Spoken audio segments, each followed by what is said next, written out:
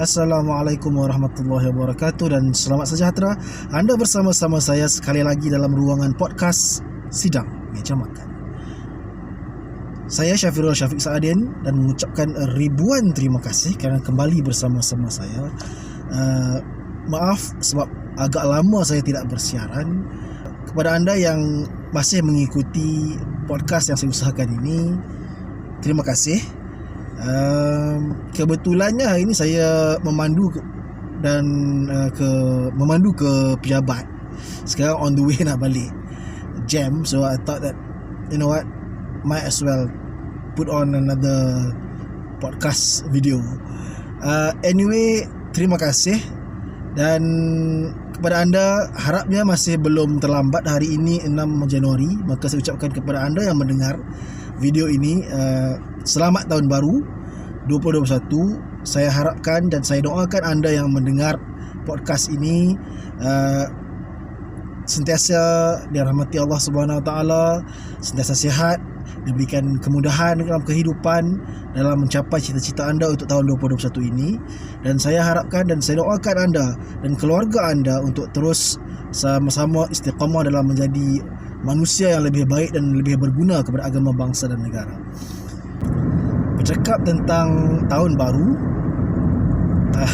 2021, seperti mana kebiasaannya, sinonim dengan tahun baru ni, pembukaan tahun baru ni, kita bercakap tentang azam, tentang iltizam, tentang semangat baru yang membara, masing-masing dengan semangat mereka. Saya juga ada azam saya percaya anda tuan-tuan juga ada azam anda sendiri. Apa juga, mungkin nak jadi lebih kaya, ada yang nak bekerja mencari kerja, ada yang nak berkeluarga, macam-macam lah azam kita. Ada yang nak turunkan berat badan, ada yang nak lebih banyak bersukan. Apa juga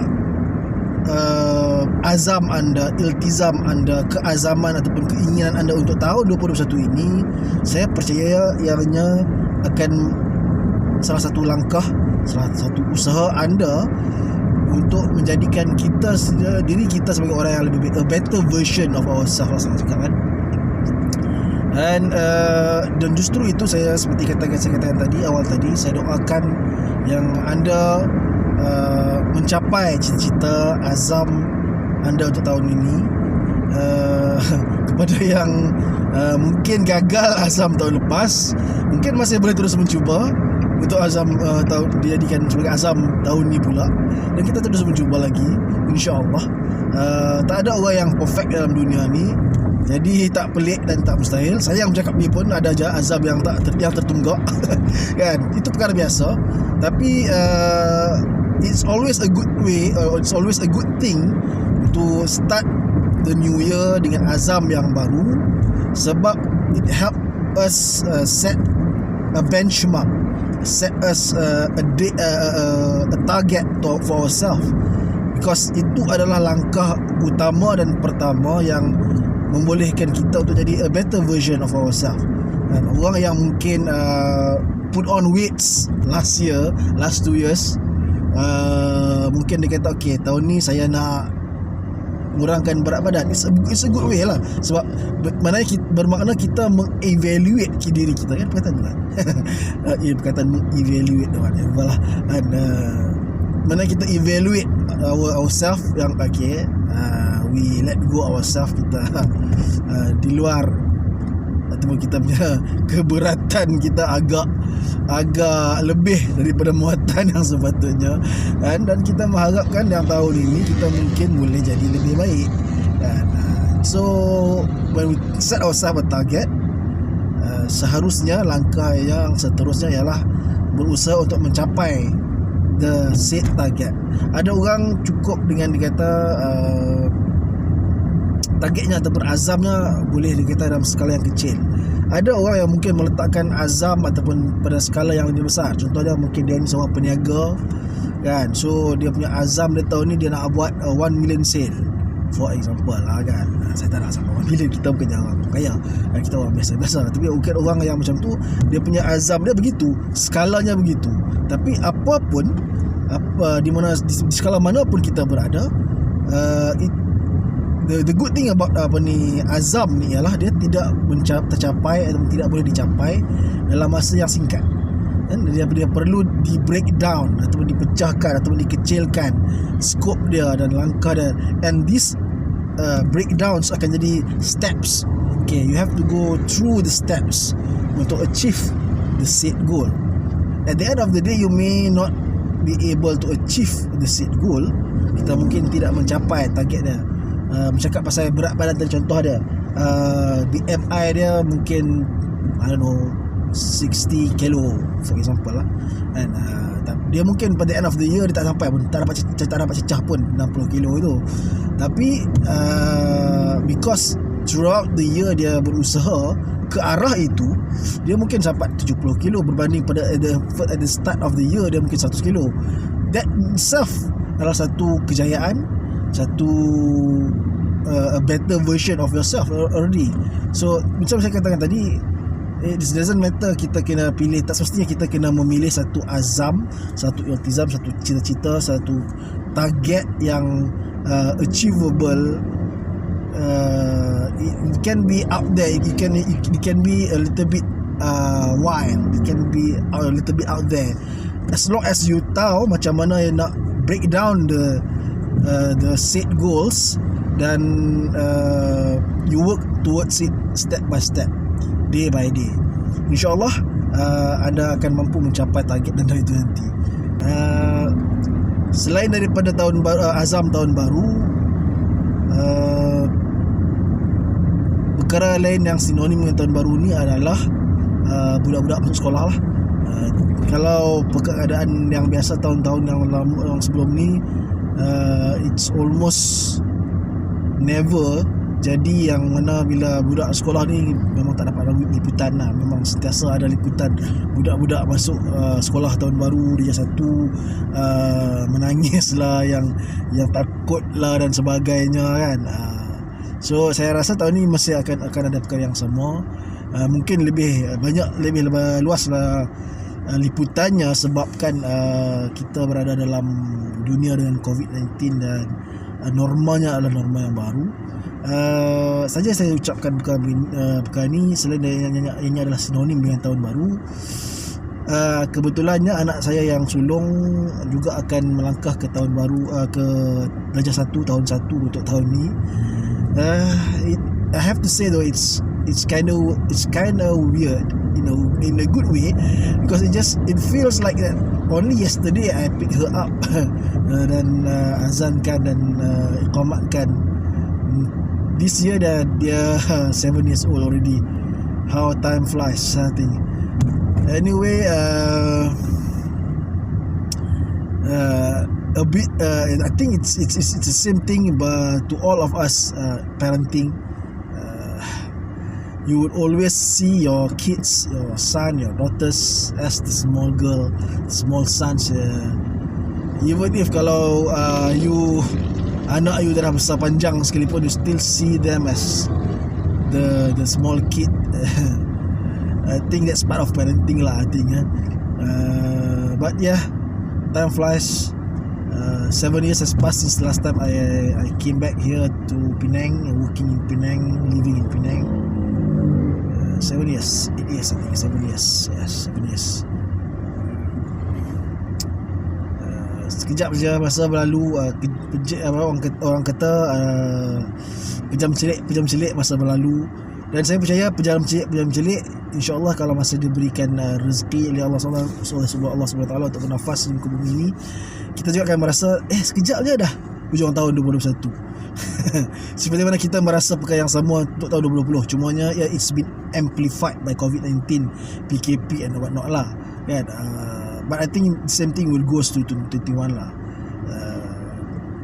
Selain daripada tu, apa lagi yang sinonim dengan tahun baru?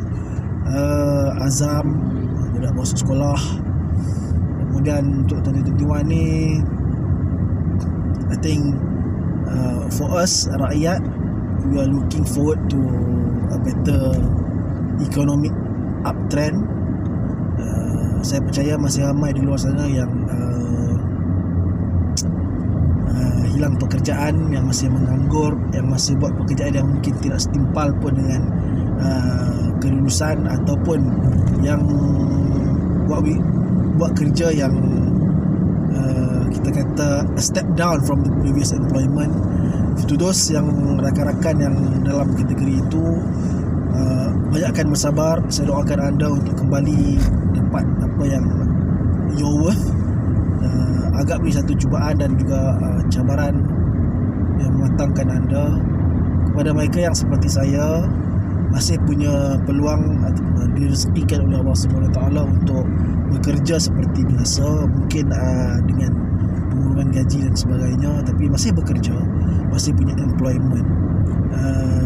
Don't take it for granted. Bekerja sepenuh jiwa, usaha sehabis jaya, apa lagi yang menjadi perkara kebiasaan untuk tahun baru. Now kita bercakap tentang apa yang akan berlaku pada podcast Sidang Meja Makan ni. Okey,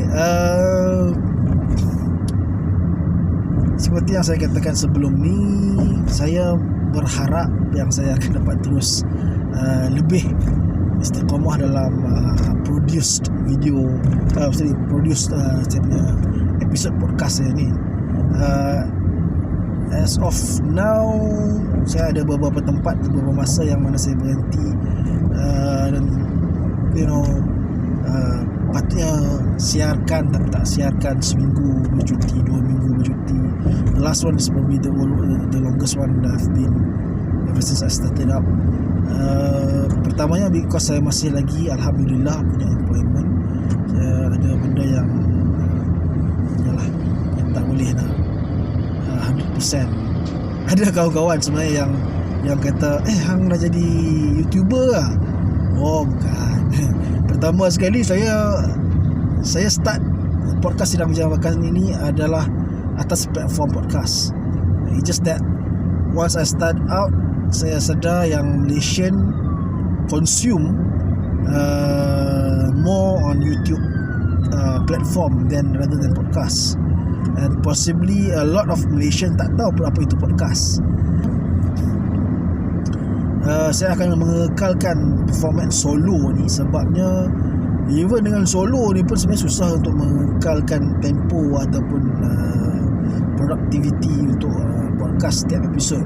So kalau bila saya bawa masuk orang lain as a second, either as a guest ataupun some second voice ataupun second face sekalipun, it would be even harder untuk dapatkan to synchronize the timing dan sebagainya. So pertama. Yang keduanya, perlu ditegaskan sebenarnya saya taklah buat podcast Sidang Meja Makan ini untuk jadi podcaster ataupun untuk jadi YouTuber. It's just me doing my thing actually. Yang suka bercakap ni, mengupas isu, bercakap tentang isu-isu semasa, bercakap tentang melihat sudut pandang pada perkara-perkara yang mungkin orang lain tak bercakap sangat. That's just me. It's something yang saya perlu buat. Kalau tidak, dia akan jadi macam otak jadi macam jam. Untuk mudah faham, dia macam setengah-setengah orang yang mungkin dia suka melukis, dia kena melukis. Maybe once a week dia kena juga melukis, doodling something. Ataupun somebody yang mungkin suka makan nasi kandak, dan seminggu sekali dia mesti kena makan nasi kandak. Kalau tidak, dia punya tangan dia mungkin menggigil kan. So same thing goes to me. I have to speak something out of my head. So I have to speak my mind on issues, on things yang saya rasa saya nak cakap.